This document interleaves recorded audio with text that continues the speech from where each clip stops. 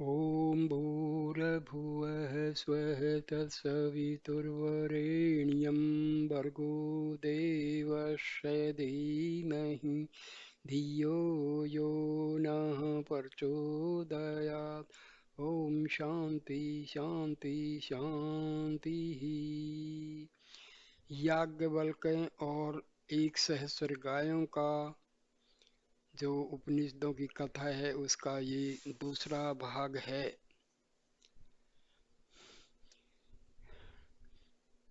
तो सुनिए इस भाग के हिस्से को। उसके बाद लह्य वंश में उत्पन्न भुज्जु ने याज्ञवल्क्य से कहा, याज्ञवल्क्य एक बार ऐसा हुआ कि मैं और मेरे कुछ साथी वेदों के अध्ययन के लिए मद्र देश मद्रास गए हुए थे। उस अपरिचित देश में भटकते हुए हम लोग पंतचल कपि वंशज के यहाँ पहुँचे। वहाँ हमने देखा कि उसकी लड़की को किसी गंधर्व की आत्मा ने ग्रस रखा है।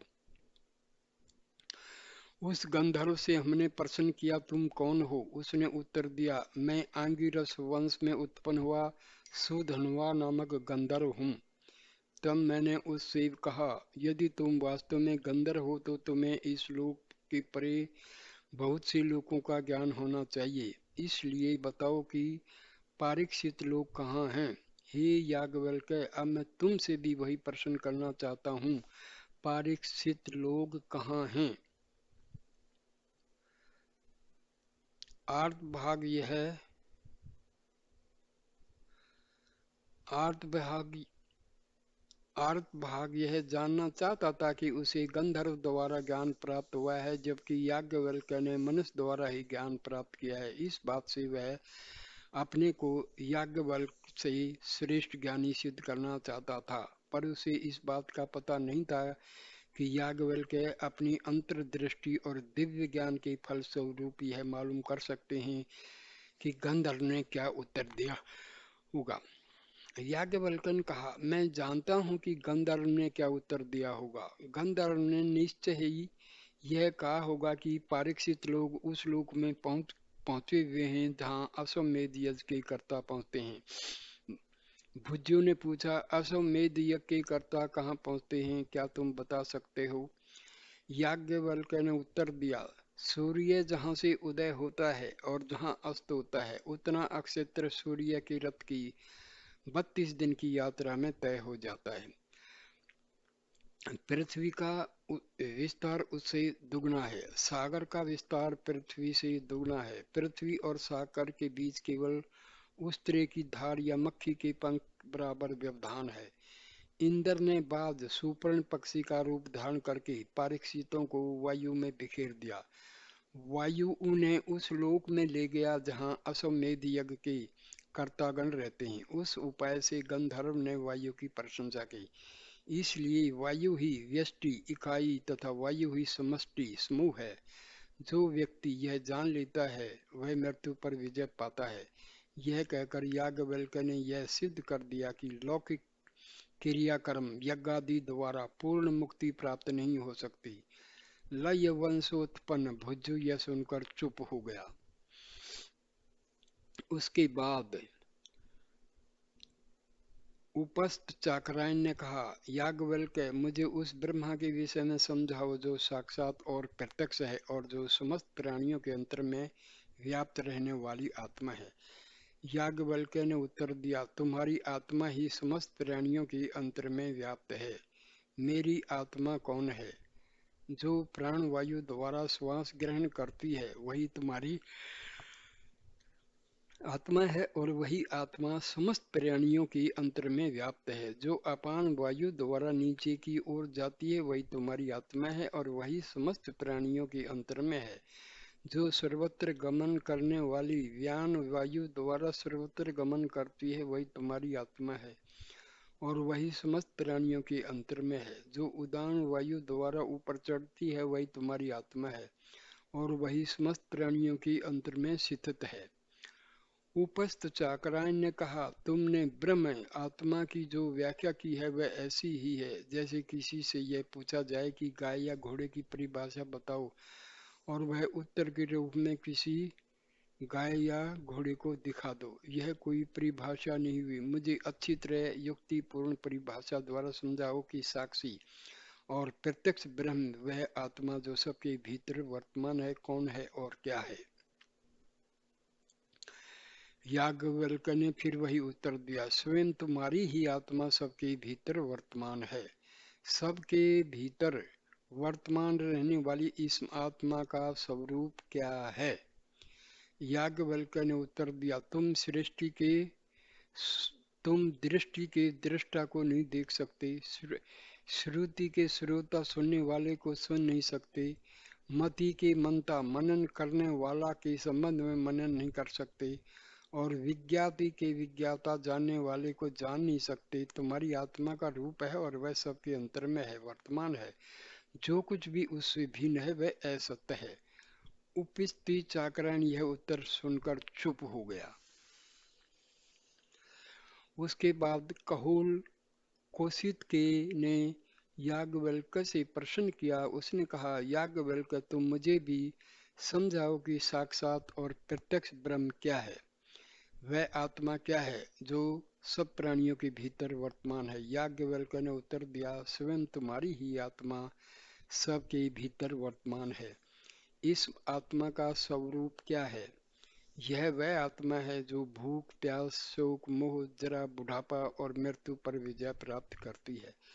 जो ब्राह्मण ब्रह्मज्ञानी इस आत्मा के स्वरूप को जान लेते हैं, तब वे पुत्र कामना, पुत्रेषणा, धन प्राप्त करने की इच्छा, वित्तेषणा और उत्तम लोक स्वर्ग आदि प्राप्त करने की आकांक्षा, लोकेषणा को त्याग कर भिक्षावृत्ति ग्रहण करके सन्यासी का जीवन बिताने लगते हैं।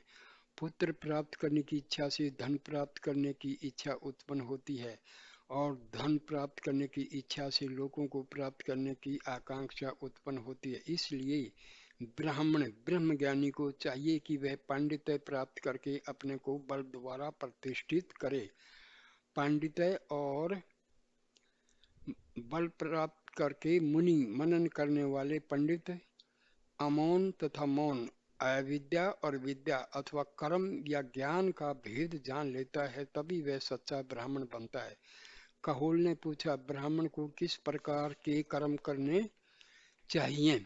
याज्ञवल्क्य ने उत्तर दिया, वह किस प्रकार का भी कर्म करे, कोई अंतर नहीं पड़ेगा। ब्रह्म का वास्तविक ज्ञान प्राप्त होने पर भी कोई भी कर्म उसे बंधन में नहीं डाल सकता। इस ज्ञान की स्थिति के अतिरिक्त दूसरी कोई भी स्थिति विनाशील है। यह सुनकर कहोल कौशिक के चुप हो गया।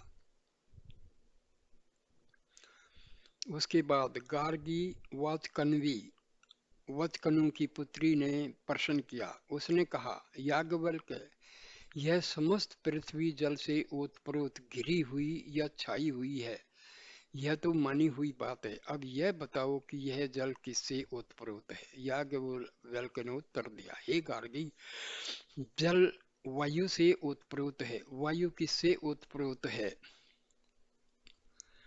अंतरिक्ष, पृथ्वी और आकाश के बीच वाले लोक से। अंतरिक्ष लोक किससे उत्प्रोत है। गंधर्व लोक से। गंधर्व लोक किससे उत्प्रोत है। आदित्य लोक से। आदित्य लोक किससे उत्प्रोत है। चंद्र लोक से। और चंद्र लोक किससे उत्प्रोत है। नक्षत्र लोक से। और नक्षत्र लोक किससे उत्प्रोत है। देवलोक से। और देवलोक किससे उत्प्रोत है। इंद्र लोक से। और इंद्र लोक किससे उत्प्रोत है। प्रजापति लोक से। और प्रजापति लोक किससे ओतप्रोत है। ब्रह्मलोक से। और ब्रह्मलोक किससे ओतप्रोत है। याज्ञवल्क्य ने कहा, गार्गी, अनुचित प्रश्न न करो, नहीं तो तुम्हारा सिर नीचे गिर जाएगा। इस प्रकार के गहन विषय को तर्क द्वारा सिद्ध नहीं किया जा सकता। धर्म तर्क के प्रिय है, इसलिए हे गार्गी, तुम्हें इसके आगे प्रश्न नहीं करना चाहिए। गार्गी यह सुनकर चुप हो गई। उसके बाद उद्दालक अरुण के पुत्र ने कहा, याज्ञवल्क्य, मैं और मेरे सह शिक्षार्थी मध्य देश में पंचतल काप्य कपि वंशज के यहाँ यज्ञ विषय की शिक्षा प्राप्त किया करते थे। एक बार हमारे गुरु पतंजल की पत्नी को एक गंधर्व की आत्मा ने धर दबाया। हम लोगों ने उस गंधर्व से पूछा, तुम कौन हो? उसने उत्तर दिया, मैं अथर्वगण का पुत्र कबंध हूँ।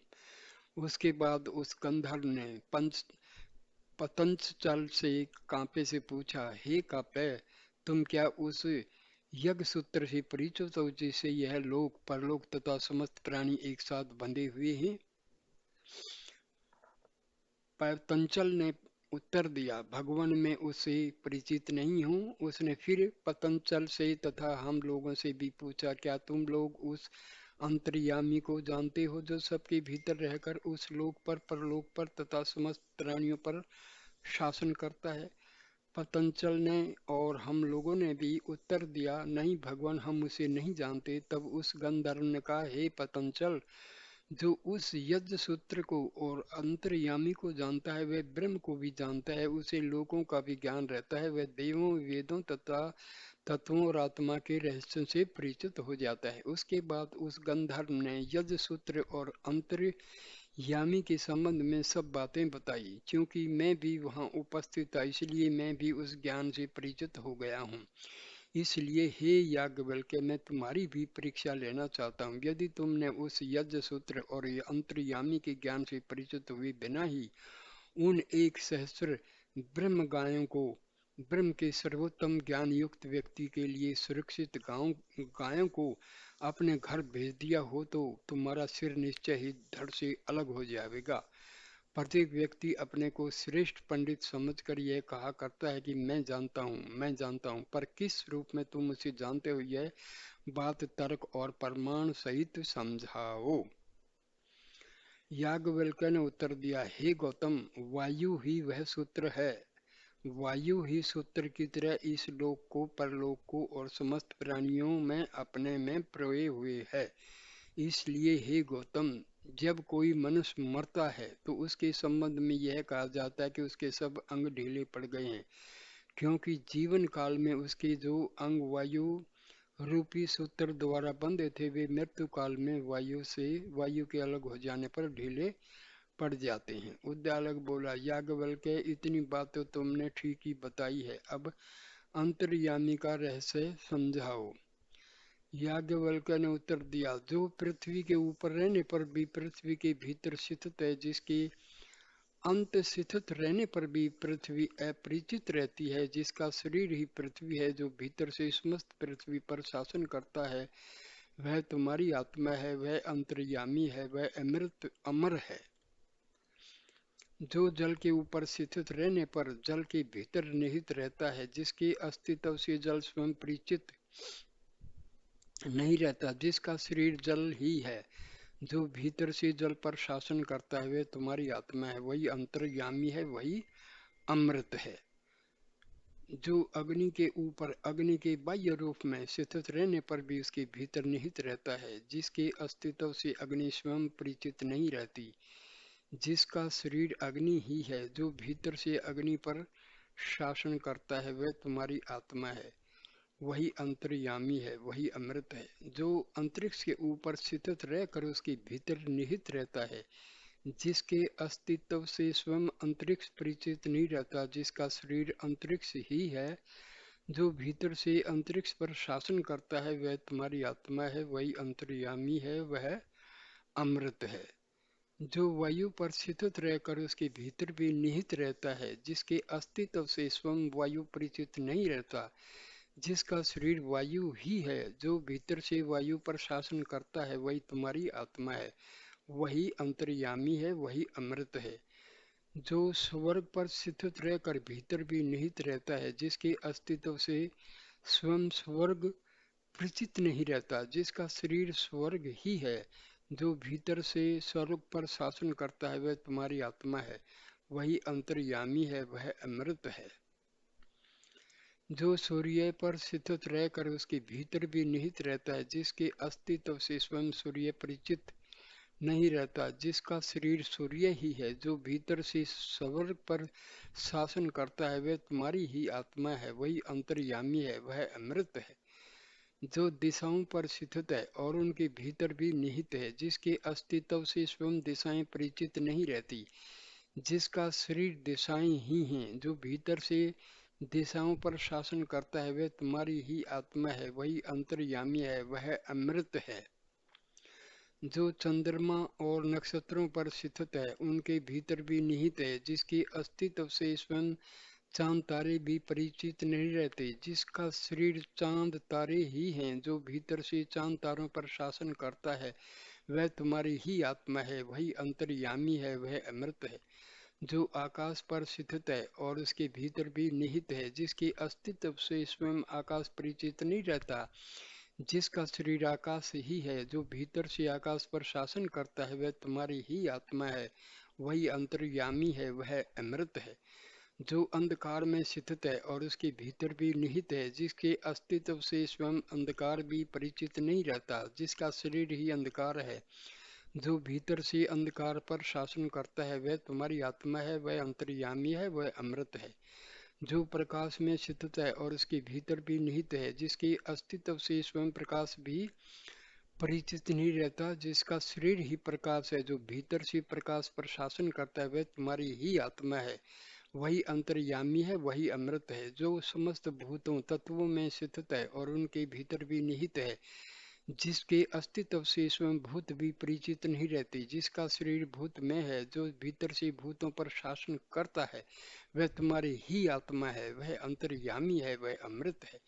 जो प्राण में स्थित है और प्राण के भीतर भी निहित है, जिसके अस्तित्व से स्वयं प्राण भी परिचित नहीं रहती, जिसका शरीर प्राण में है, जो भीतर से प्राण पर शासन करता है, वह तुम्हारी ही आत्मा है, वही अंतर्यामी है, वह अमृत है। जो वाणी में स्थित है और वाणी के भीतर भी निहित है, जिसके अस्तित्व से स्वयं वाणी परिचित नहीं रहती, जिसका शरीर वाणी ही है, जो भीतर से वाणी पर शासन करता है, वह तुम्हारी ही आत्मा है, वही अंतर्यामी है, वह अमृत है।